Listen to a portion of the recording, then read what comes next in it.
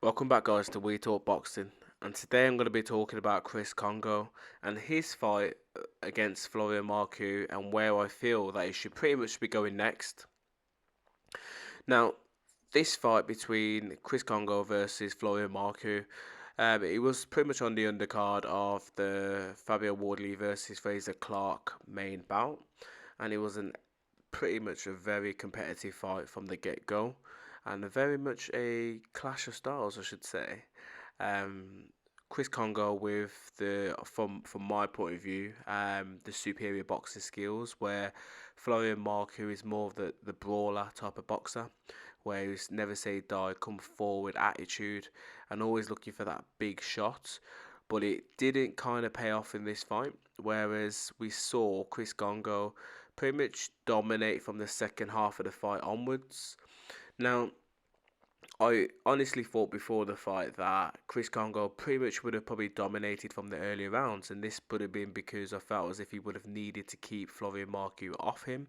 So I thought he probably would have maybe um, won the first 3, 4 rounds quite convincingly, tried to give himself a little bit of a gap and tried to stay away from Florian Marku's big hooks and overhand rights. Whereas it was Florian Marku who came out on top and came out at a high pace at the start of the fight, which Chris Kongo did well to keep him off him and not get caught with anything too rash or too wild. And then the second half of the fight, as soon as that turned, Chris Kongo let his hands go and he was boxing like excellence. It was his footwork, his movement, his punch selection was on point for this fight, and it was a much better performance from the fight where we saw him fight against Echo Esserman for the British title. Because in that fight, I felt as if Kongo should have done a little bit more, and it was kind of like a stalemate. And it was who wanted it, would have won that fight, and it was to be because Echo Esserman done the job at the time. But where this leads Chris Kongo going forward now, he now is 15-2 with 15 wins on his record, 7 KOs to his name with those two losses. Those two losses obviously one came to Echo Westerman and the other one came to Michael McKinson, who is a good prospect in himself.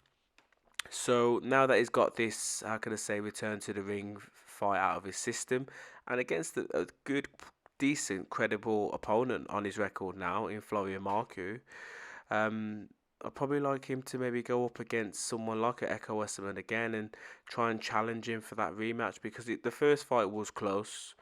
And I feel as if he goes in with this confidence and this type of performance, it may cause Echo Westerman, um, he might ask him a lot more questions compared to the first fight. Whereas if, because he's quite big, he's a big welterweight, he's 6 foot. So he's got long reach, long arms, and he didn't really use that to his advantage in that Echo Westerman fight. So from my point of view, I'd like you to pretty much try and take on someone like Echo Westerman for that British title again, just to see if he can beat him and rectify what he should have probably done in the first fight. But there are other British contenders up there as well who he could potentially challenge.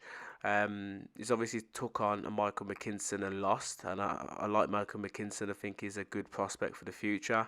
We've also got a Lewis Crocker as well, who's on the up and he's doing really well. That'll probably be the wrong type of fight for someone like Chris Kongo at this point in time. Harlem Eubank would be a good fight, and I would like to see that. But Harlem is pretty much destined to fight Adam Azim, as we all know on that show that those two squared off. But Liam Taylor would be a good fight if he's still about, still doing his thing. And maybe a Harry Scarf as well. So these are the couple of names, British guys, I should pretty much say, who are up there. And I'd probably like him to probably go up against and try and test himself against some of these guys to see where he kind of is. Another good, credible opponent, and I'm not sure what he's doing at this pretty much moment in time, because I don't even know if he's active actually, is a David Avanesian. Very, very, very tough fighter for any of these British guys at this stage, but it just depends on whether or not Avanesian is still mixing it, or if he's still fighting. I'm not too sure. Obviously, I think his last fight was against Crawford. I'm not sure if he's fought since. I probably will have to check that out, but if he is still active, that'll be a very, very good fight and a good opponent to get on your record at this stage in your career. But yeah, good performance from my point of view for Chris Kongo versus Florian Marcoux. As I said, Marcoux's a strong, come forward, never say die type of fighter, and I felt that Kongo handled him really well. And it wasn't about macho, who's stronger, who's got, got the the, the better, the biggest punches or the better jaw sort of thing. It was about using your brain and boxing, using your ability, and that's what in the end won it for Chris Kongo. In terms of Florian Marcoux, what I feel as if he should go next, as I said, there's some of those British guys which I've named who I feel as if he could potentially go up against, and I feel as if that is his level. I don't feel as if he probably will progress beyond that British level type of fighter, but you never know. You never know really, because he is quite a strong, tough man. So he could possibly surprise us. But I don't feel as if he will be a world champion. I don't feel as if he's got them skills.